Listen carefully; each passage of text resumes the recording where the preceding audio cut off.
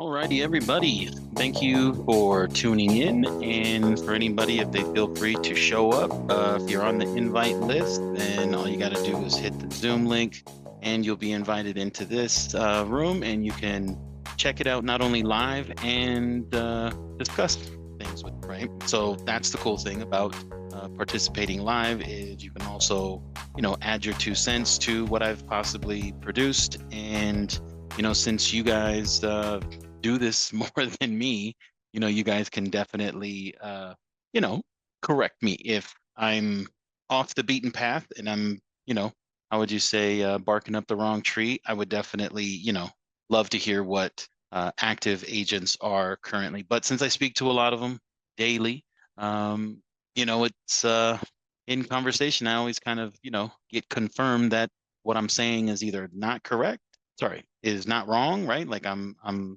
kind of spot on with some of the things that I'm saying, but there is always insight that I can learn, you know what I mean, from other people and how they work. And who knows, maybe West Coast is different from the East Coast. And I know we've got people all over the place, Midwest, South, East. So I think I've heard a lot of what people are going across, going through across the nation, but would love for agents to really look at it and give me some feedback, right? So you can always reply back to the emails that I send everybody. My email's up here, sorry. And so you can get my email and this is my phone number as well. Our company website is right there, right there. Oh, can't, difficult not to block it, but you get the point. So what were we talking about today of my series, right, of mastering real estate excellence? I think that this is a big part. Could be for some people, small part. Sometimes I don't hear people talk about these. Sometimes a lot of the companies that agents work with, like brokers and things like that, they have programs and things set into place to help them with transaction management. But since we do as well, I just wanted to, possibly look over some of the aspects. And I think I think I have pointed this out to people in our past videos about transactions, but let's really take a look at what are some good practices, right? So let me share my screen for everybody.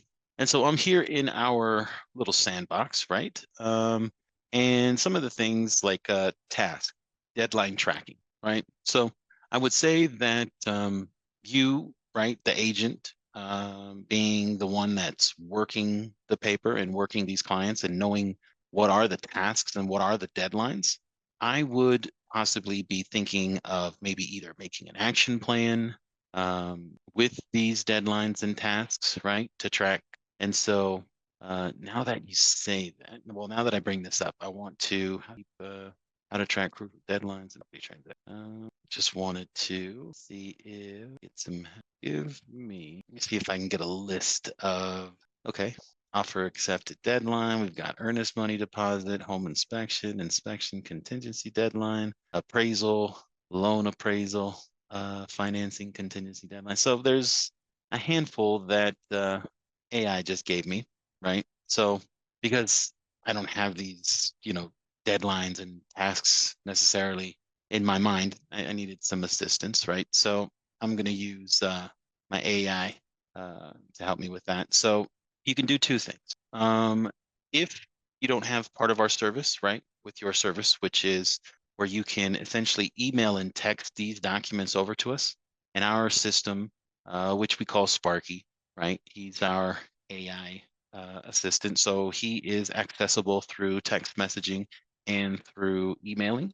And you can send Sparky a message. You can forward these contracts over to him, and he will then take them, read them, and set up all these appointments in your CRM, right? So if you don't have that service and would like to get that service, please reach out to us so we can discuss what the add-on will cost to your subscription.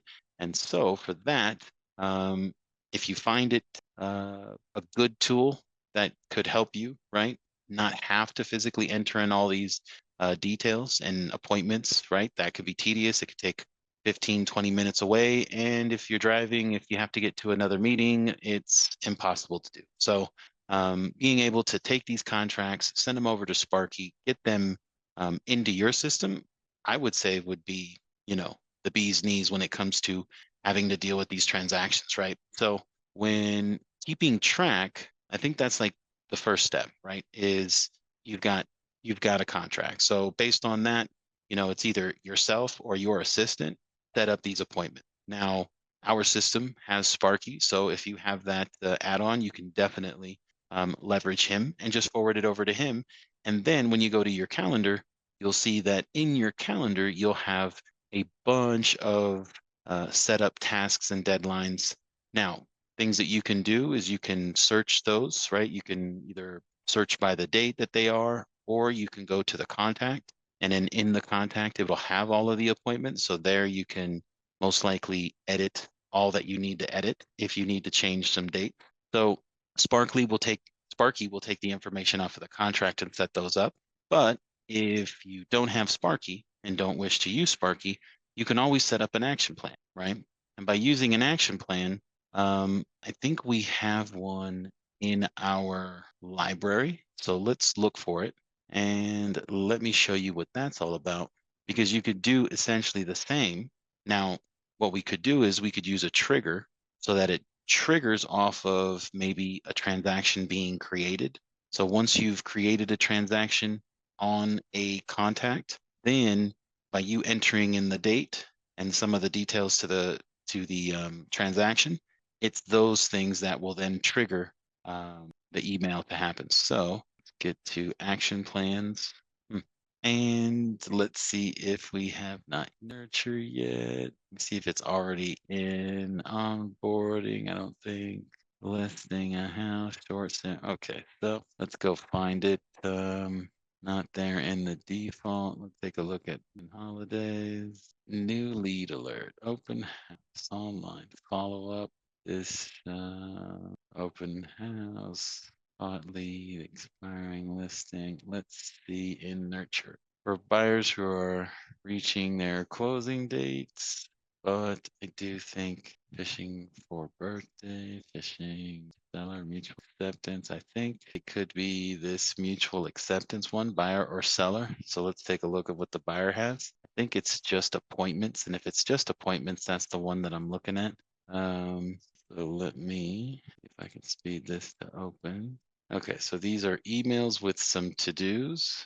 And you know what? Now that I'm remembering this correctly, I think it's maybe I saw somebody with that action plan. So mutual acceptance. I don't think this is the one. No. So essentially what it was, right? So since I can't find it, I'm just going to go ahead and create one.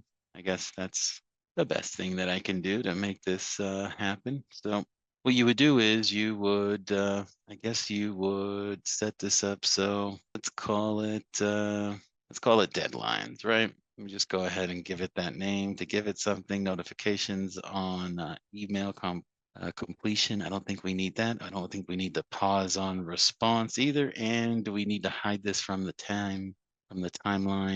No, I think you'd want it visible. So let's go ahead and dump this into the default, and here is the activity. So essentially what you're going to do is you're going to make an action plan, right?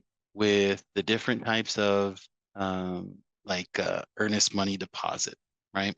So that's what that's going to be. You're going to either decide whether if it's a specific date and time and for how long that needs to be, right? Or if it's just like an all-day remote, right? Just so that you know this is what needs to be done, follow up with the contact or with the client, that kind of thing, right? So I wouldn't suggest this is as a to-do. It could get lost in the sauce, and I don't think you want that, right? So let's do this. This one is going to go 0 days after the trigger. So we're going to basically make it, that's going to be the first one. Now, if you are not too clear on these dates, and you just know the order in which they come up, then what you can do there is just put these all in series and then go in. Let's say in a couple of days you start to get better you start to confirm dates, right? That's when you can go into the contact, and then you can start editing the dates, but you already have the appointment kind of like pre-set up, right? So let me see. There we go. Okay, so the next one would be like home inspection. Once again, you might want to do either all day kind of stuff, or if you wanted to do some time specific, you could. Let's do 1 p.m. and 15 minutes enough to make the phone call and to speak to the customer or the person who's doing the inspection. But we can just set this out. Now you can either set these out like with like 1 day in between. So we'll start with 0. Now we're going 1, and we can kind of just repeat the process with that. And let me inspection. How about appraisal? Let's do appraisal. We'll do an all day, and we will go 2. And now you essentially just start to stack them. You can either put just one word kind of descriptions, or you can kind of put as much information as you can. Do know that it will at some point scroll the information if it's a lot. So try to condense as much as you can, but essentially it's, line them all up, give them about a day or two. If not, I mean, if you already know that, from this day, home inspection usually is 3 or 4 days after, you can definitely, hard code it in there so that it's not something that you have to go back and edit. But if you don't know, it would be best just to create these like this. That way, when you go into the customer's contact, you can just basically adjust all of that stuff, right? And as things change, you can change the correct date in the system, and then that'll also keep you synced with your calendar, and whether if you have Microsoft or connected, right? So let's just say I went ahead and did all of the, appointments that I need, and I spaced them all out appropriately. So this, just like it can be 3, it can be 10, 12, whatever you feel. But now let's start to look at like triggering. So I would possibly maybe say either advanced or selected contacts by the business rule. But since you might need to link things with business rules and event dates, I'm not sure if we can get access to, she's just those sunspots out. Okay, so let's see if we can find, okay, so we've got some of the transactions here, but does it look like we have the dates? I don't think we do. So for that, we're gonna have to utilize the advanced, because you're most likely gonna have other things linked, right, with the filters. It's not just gonna be, so contacts that are created today, we can essentially say from all contacts, right? Because this is something that you want to, yeah, it's not something like you enter in a new person and then you all of a sudden get a contract. I don't think that that's the case. These are most likely people you're working over the time, and then they all of a sudden, start engaging with you about a sale of a home or a purchase, and then it starts to take. And so we're gonna look into basically all contacts, right? So that's the first one. So let's go next condition. And then you're going to want to find these little things that have like a little date field, right? And here is where we either do closing date or mutual acceptance date. Or you could possibly do listing date, right? If this is, well, you could also use this for listings as well. Like if you get a listing, you can enter in the date so that when this date shows up, right, is either today, is on, days ago, is in, is empty, or not. So this empty or not can trigger something. So by you just putting in a date would start an action plan, which could have a bunch of appointments and dates set up in series to deal with the listing, right? And then there, you can either make those date changes as those dates become more firm, or if you already know that they are 3, 4, 10 days out from the initial, then you can basically hard code it like I just showed you. But it's this empty, not empty, that can help you use to trigger that, right? If you were looking for like a listing date, but mutual acceptance date, right? So this would be, and then is today, or is in, or days ago, or I think you still might have to use the not empty, because sometimes those dates in which you get the contract is the same day. And since this would need 24 hours, you know, to like this would need to be in, and then this would have to, is it today? It would have to have 24 hours in advance to detect it. So today might not work, but is not empty. So the second you do put in a date, which could mean the same date as today, it would still start this action plan. So this might be the trigger that you're looking for. And so if it is, you just basically add it, and then you can, utilize other details if you need, right? Like if it's a buyer or seller, you can select that. But essentially those dates that are in the transaction field, and you can see that it's below this line, that's essentially, so when a transaction is created on a contact and it has this information, you can use those things as triggers. So with that said, we can go ahead and leave it like that. Now, if you wanted to do this once, then this would be your button. If this is something that you wanted to do in the future, so that at any moment that you add a contract and a transaction to the contact and you add a date, this is essentially, and this is and buyer seller is empty. Who knows why I add that, but so this has a contact owner. This is the key one that it's not empty. So this is really what's going to start it. This is indifferent. I just wanted to show you that you can add other conditions to this so that's more specific. And then with that said, you would basically hit schedule. And with schedule, it will detect everything now.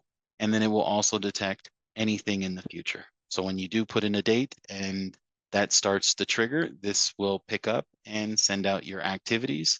And when that happens, you will all of a sudden have a bunch of appointments, all day reminders set in to your system. And if you've linked your Google and your Outlook, this is going to go straight to there and it's going to sync. So hopefully, if you've got your notifications set up correctly, everything should notify you with no problem and you should be all set. So that is kind of how to kind of keep track, right? So if you wanted to do this just in general to a contact and set these up, let's say you do have time. Let's say you're not a busy broker, so you have time to stop and smell the roses. So like with Jessica, let's say she's a customer. You can basically go to appointments and view any appointments if you had already existing to make edits, or if you needed to add them, simply put them here. And you could say if it's an all-day reminder, and then you can always change the date and time through here, or you can go ahead and hit the calendar and you can set that and give your meeting, if it's going to be for an hour or something like that, then you can set that time aside.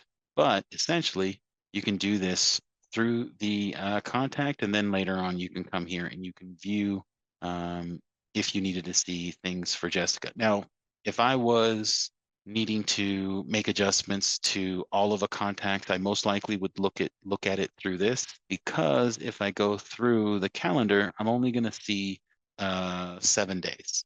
And so what if you've got things spread out all of the month? You've got to go through and look at everything.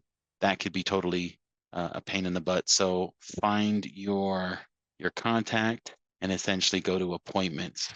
And then there you can see all the appointments that you have with that person. So tips for automating the reminders and staying organized. I think that's kind of like what I showed you, is not only, how to track it, but how to essentially automate it would be by adding the triggers to an action plan.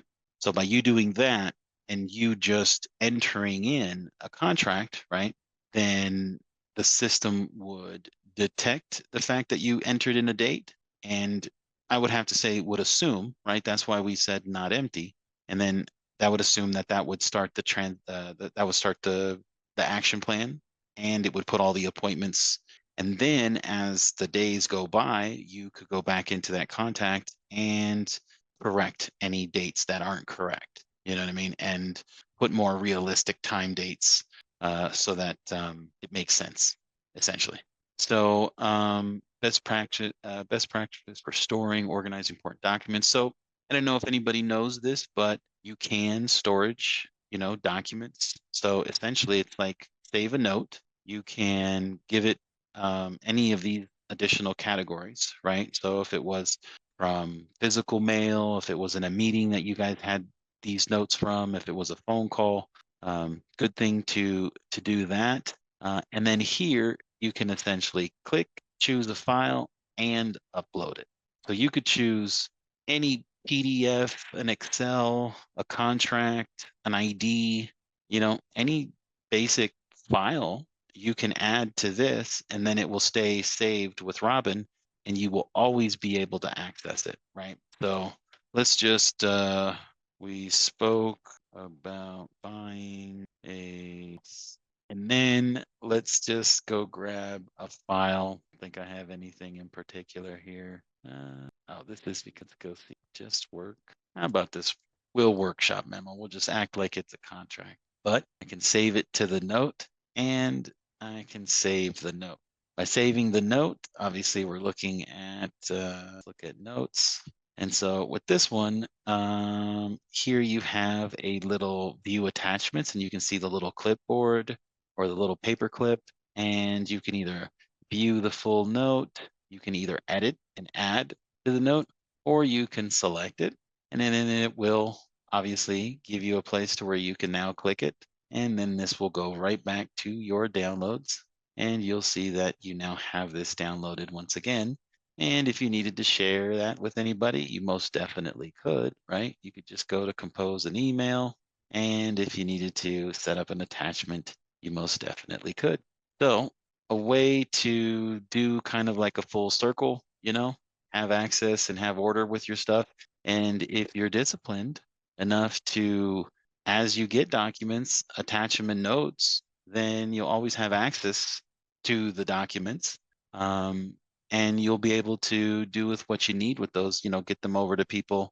And so just wanted to show you this part of the system as well, how you can save these documents.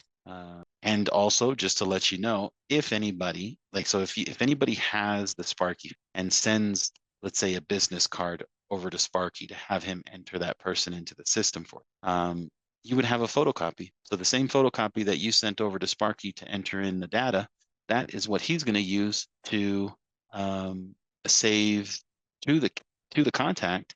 So when you come into that person, let's just say it was Robin, you would not only see all the details saved from the business card, but you would also see the attachment.